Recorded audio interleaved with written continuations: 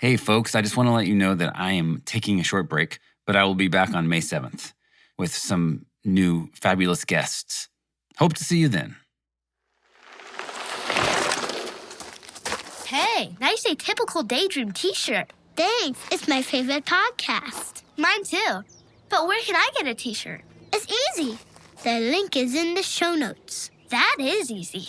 I'm gonna go get one right now. That's a great idea. Thanks. Bye. You bet. Stay cool. They're driving through the desert. The girl is like, we just got to get to the sands. Everything will be okay. It's like at the sands, they're prepared for this like societal collapse. And they have the resources and like supplies to like weather through it.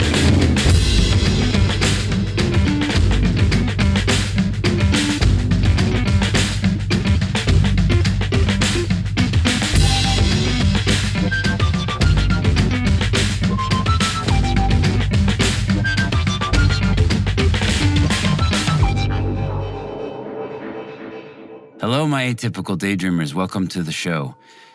This is a podcast about life on the road, and thanks for stopping by. If you grew up in the Western United States, as I did, you are very familiar with massive rainstorms. Those towering thunderheads that come marching in like an army in the sky. It's an ominous sight seeing them roll up on you. You don't know if there's a tornado in there or grapefruit-sized hail, or if it's just a little rain and a lot of noise. We can spend a lot of energy bracing for the worst, only to find out that the storm we fear will never actually break. Today, I have two Texans who found themselves under those kinds of metaphorical clouds. My first guest is James Ease. He's an Austin-based writer and filmmaker, and today he takes us on a road trip through West Texas fueled by a cinematic nightmare. It's a story of eerie coincidences where every mile feels like it's driving straight into the climax of a thriller. But when the dust settles, you have to wonder, is this a thriller after all?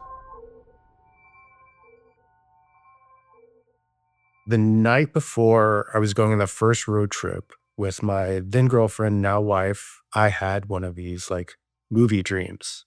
I'm not in the dream. I'm just like watching a linear series of events unfold that form a sort of like film narrative. Generally in these dreams, I'm left with like a kind of a cliffhanger ending, and I feel like a responsibility to like figure out like the ending, like what this dream meant. And in the dream, there's a couple, a guy and a girl, and they're driving through this like vast desert landscape. The girl is driving, and they're going to this place that's like a resort that she works at seasonally. And she keeps saying, if we can just get to this resort called the Sands, everything will be okay. It's like there's this ominous mood or vibe happening, like a societal collapse has happened back in the city, and they're fleeing from this. They're driving through the desert. The girl is like, we just got to get to the Sands. Everything will be okay. It's like at the Sands, they're prepared for this like societal collapse, and they have the resources and like supplies to like weather through it. Eventually they stop at a gas station to get like water or supplies.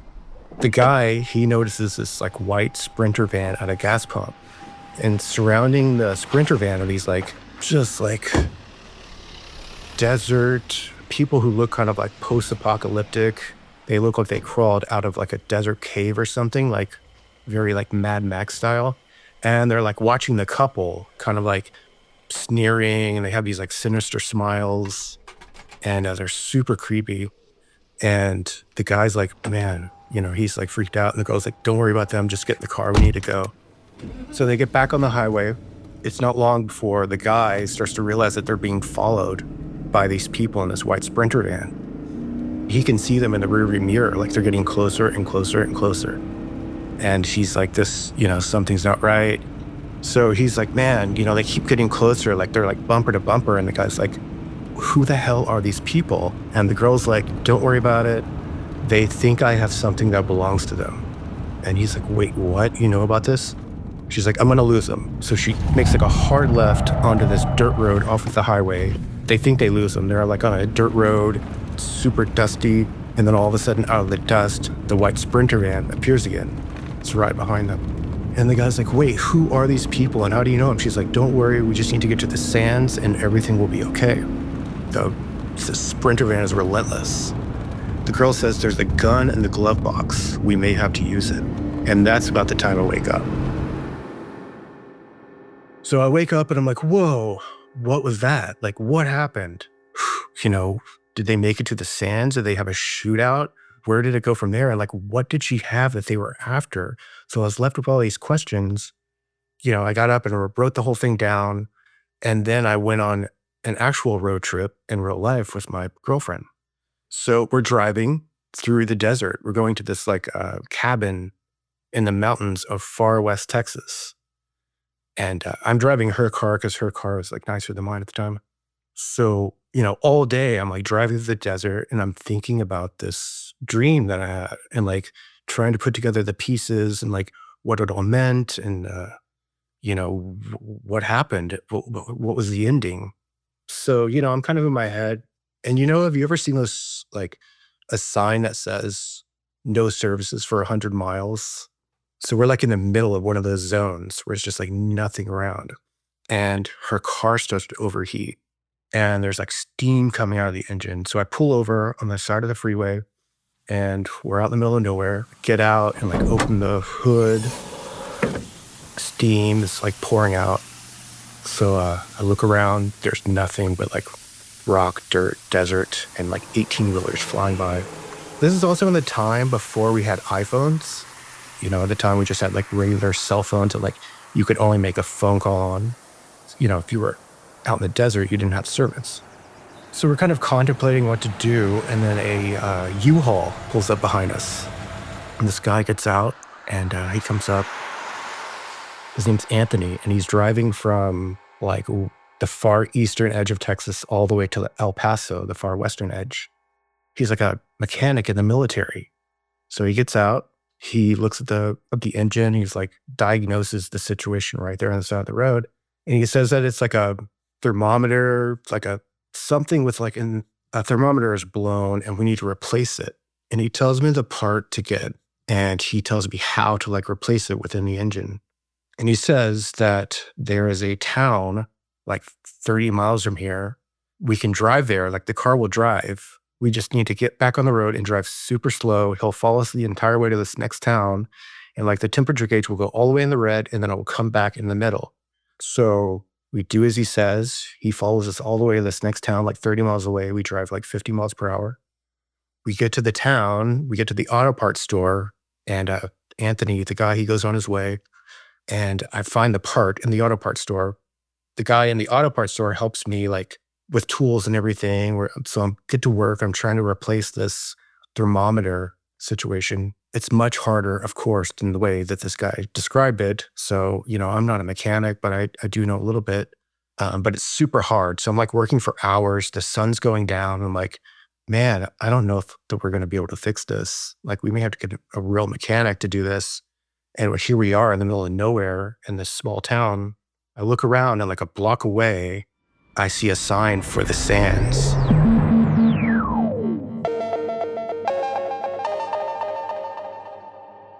It's like a rundown old motel just down the street. And I'm like, wow, there it is. There's the sands. We made it. But I haven't told my girlfriend this, because I just didn't tell her about the dream because we hadn't been dating that long. And so I'm like, well, hey, in my mind, I'm thinking like, maybe we should go to the sands and figure out, what this is all about. So I'm like, hey, we may have to stay. There's a hotel down the road. Should we check it out? And she takes a look at the sands and she's like, no way, I'm not staying there. She's like, no. She's like, I'm going to the cabin that we rented in the mountains. So, we can press our luck. We're going to get there some way or another. I'm like, okay, fine. I keep working on the car and somehow it seems like I fixed it. So we get back on the road and now it's like kind of the darkest, most desolate. The night has fallen. We still have an hour to go to this like cabin in the mountains. And there's like nothing between here and there. We start driving, start winding up higher into the mountains, higher elevation, and the car starts to overheat again. I didn't fix it at all. It's going right back into the red and going back to the middle like it was. But we make our way and we finally make it to this cabin. The next morning, we're not in a town. We're just outside of a town, but it's all downhill, like down this mountain. So we coast down to this mountain town. Again, this is before iPhones or like, the internet on your phone. So we find like the one gas station that has like a mechanic's garage attached to it. We tell them the situation. They're like, okay, the issue is that our mechanic is out until Monday. It's the weekend. And it's like a holiday weekend, like a President's Day, no big holiday, just kind of a random holiday. They're like, no one's going to be here until Monday to help fix your car. And we had like plans to like sightsee in the area. We're going to like drive around. There's a national park and like we're going to go to the border and explore. They're like, well, we do rent cars. And I'm like, great. That's cool. We'll rent a car. That's perfect.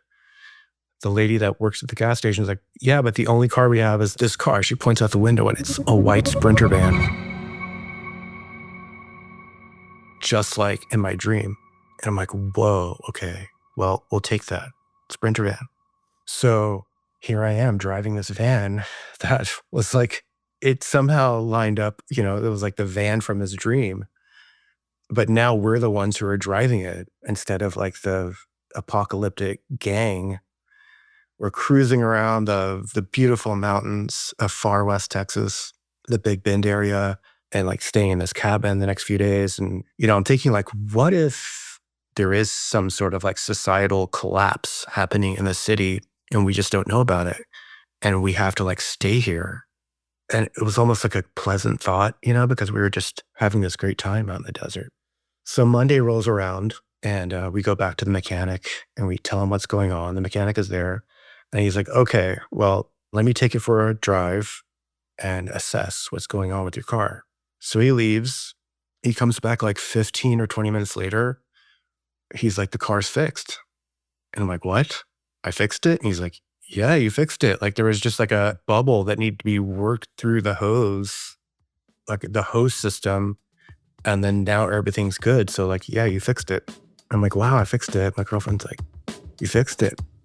And so we're like, okay, well, guess it's time to go home.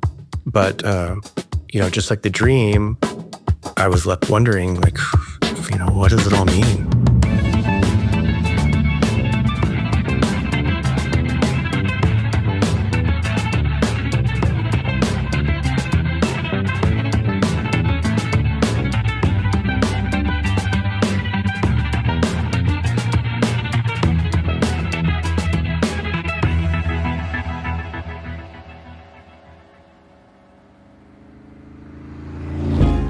Hey, it's Josh. Hope you're enjoying the podcast. And if so, are you wanting more road stories? Well, good news. I've got you covered. Consider becoming a patron. You'll have access to loads of great bonus stories that there just wasn't time for. And you'll be supporting a truly independent podcast. Find the link in the show notes. And thanks. Now back to the show.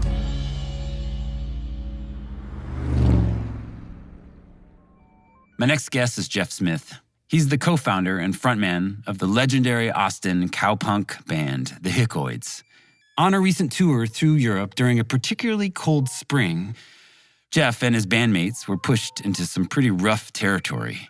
And as he says himself, he's no spring chicken. And that kind of relentless bitter cold can really test a South Texan's resolve. But when you're an independent artist, the weather is just one piece of the puzzle. Touring can feel like a game of Jenga. It always feels like it could come apart at any second. Keeping a good attitude in the midst of tense, uncomfortable situations like that takes a real veteran of the road. And Jeff shows us exactly how it's done.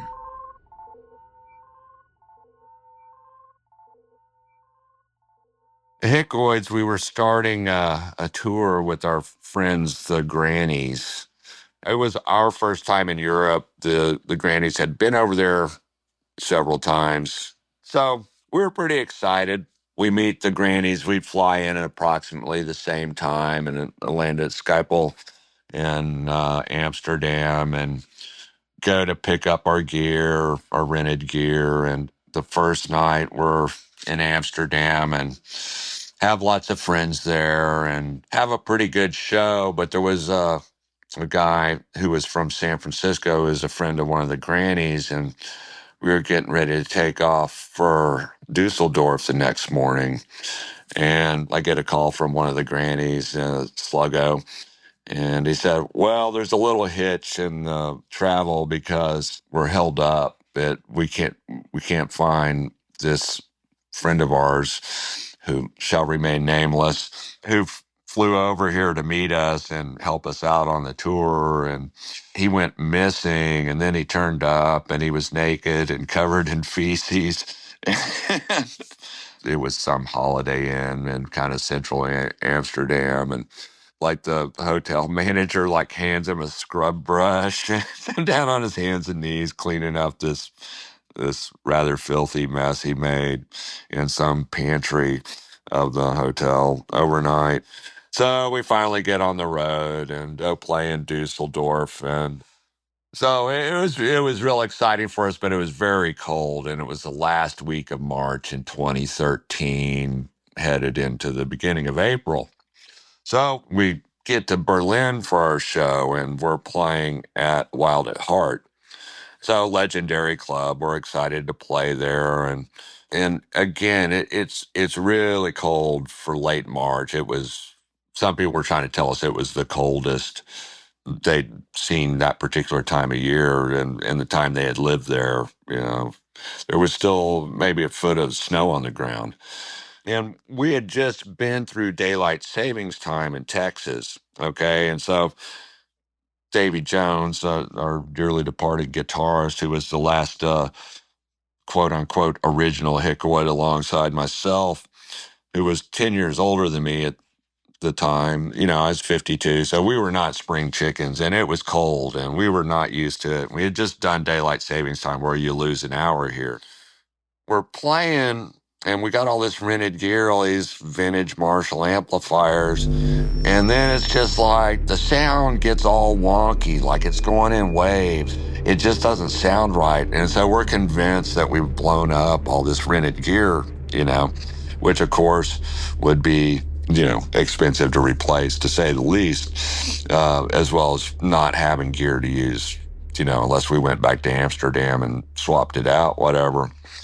So the next day, we come to find out that it was actually Earth Day in Germany, and they had some kind of rolling brownout in the evening, right during the heart of our show, which nobody at the club seemed to know this. And so that accounted for the odd sound on stage. So undeterred, we roll on and play in Belgium at the Pits, which is kind of a legendary state-sponsored club there, where they don't have a bathroom per se, where you walk in the door where they take the admission, no pony wall, nothing. There's just guys dropping trout into this urinal there. And again, it's just cold as fuck. It's just bone-chilling cold. I mean, it's for guys from South Texas who are used to it being, it could be 60, but it could be 95 the beginning of April. And I'm, of course, trying to wear my cool Cajun realtor outfits, on stage, which is basically like a leisure suit, polyester blend, and maybe have some long johns underneath, but it ain't enough. So it plays place in Belgium, the Pits, and it's a pretty chaotic show. Our bass player fell down the stairs of this old 15th century building that the place is in, and it's hectic and it's chaotic and it's fucking cold. I finally broke down. We were in Hamburg, and I finally broke down and bought a hoodie, just like I had to sacrifice the fashion just for warmth. So alongside, the Earth Day, the rolling brownout, so we lose another hour when it's daylight savings time in Berlin. So that's 2 hours we've lost already this year, Davey and I, right? Who, as I mentioned, we're not spring chickens. And then we go and play this place in Denmark. It's in Copenhagen. It's called the Damonsport, the Devil's Door. And it's this underground black metal club, which was kind of odd for us. But we had a friend who lived there. So we pull up this place. It's a big box store, right? It's not the size of the ones we're used to seeing in the United States, but still a very large retail space by European standards. And it's essentially the Danish versions of Babies R Us, right? But there's this guy who's been running this underground black metal club out of the basement there for like 8 years, right? And so you go down to the basement, and this guy has every bullshit piece of rock and roll gear that anybody gave him over the years, and it's all cobbled into this giant, way too loud PA that's just feeding back and just ear piercing.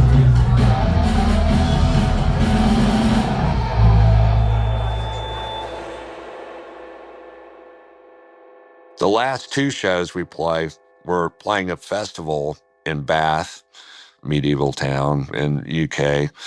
It's the Bob Festival, Bremen, Oakland Bath Festival. And most of these bands are street rock bands, with the, skinny black jeans and black jackets and, good guys, good bands, but they're all kind of snickering at us because we had our hee-haw outfits on and they're like, what the fuck is up with these guys, but we ended up having a good show. And then the grannies get up. And again, it's still fucking cold, right? Like really fucking cold. And so a teenager, right? He's just doing his regular thing, but he totally pisses off this sound man.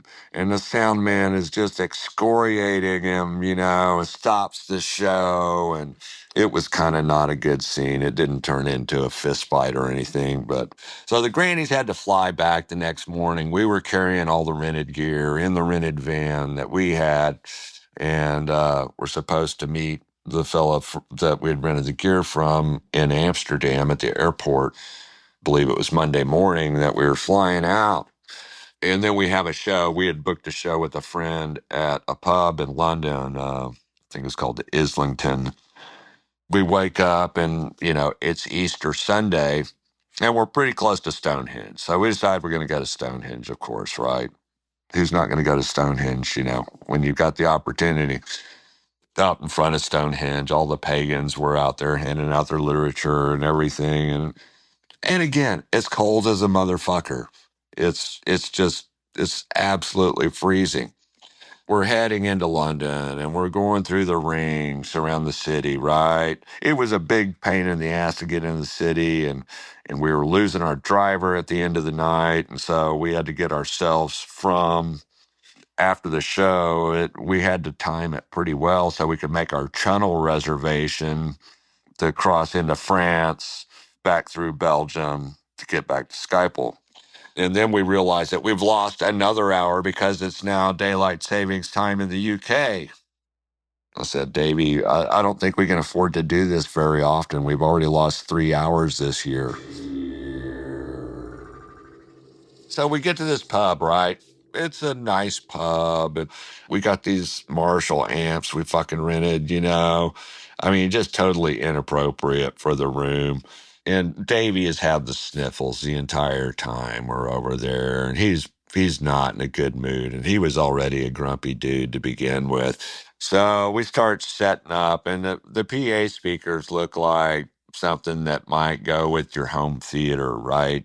Not gonna match up, and they got a governor on the sound system so it doesn't go past 92 decibels or whatever it is.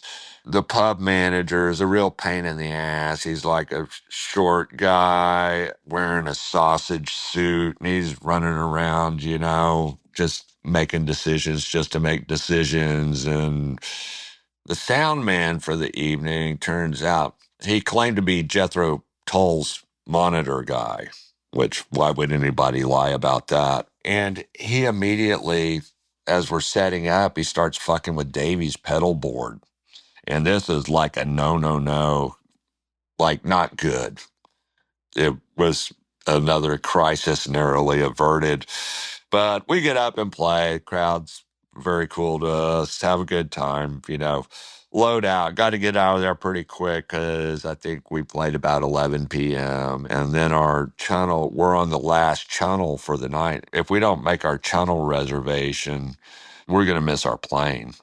We get to the channel landing, which is I don't know, 15 miles east of central London.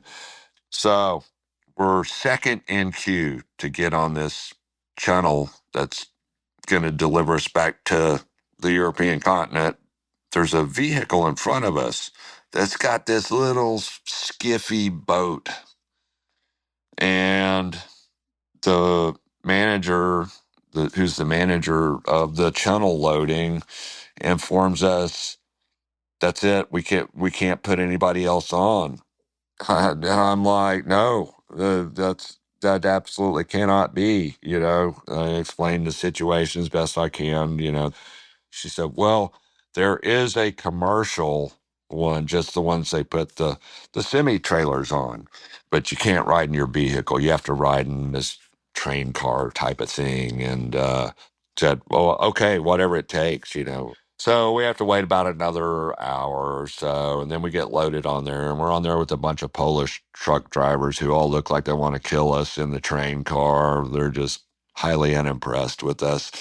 Then, so we start driving northward towards Amsterdam, and we get caught on the rings of Antwerp. Myself and our bass player Rice, we're the only ones awake, and we can't get off these rings around Antwerp. We drove around Antwerp 3 times. We don't understand the signs. Our mapping app is of no use. We finally get on the road northward, and we make it to Schiphol. I call the guy with the van and the gear. I give him all the money and I got on me, and I'll say, I'll square it with you one way or the other. And he's like, okay, and he takes the stuff. Then we're maybe about 45 minutes before international departure as we're going through baggage check and all that. And we're all dressed in 3 layers of clothes. And I've got on cowboy boots, and my feet had been freezing for a week. We're running through the airport trying to make the plane. We're the last people on the plane. They shut the door immediately after we're on.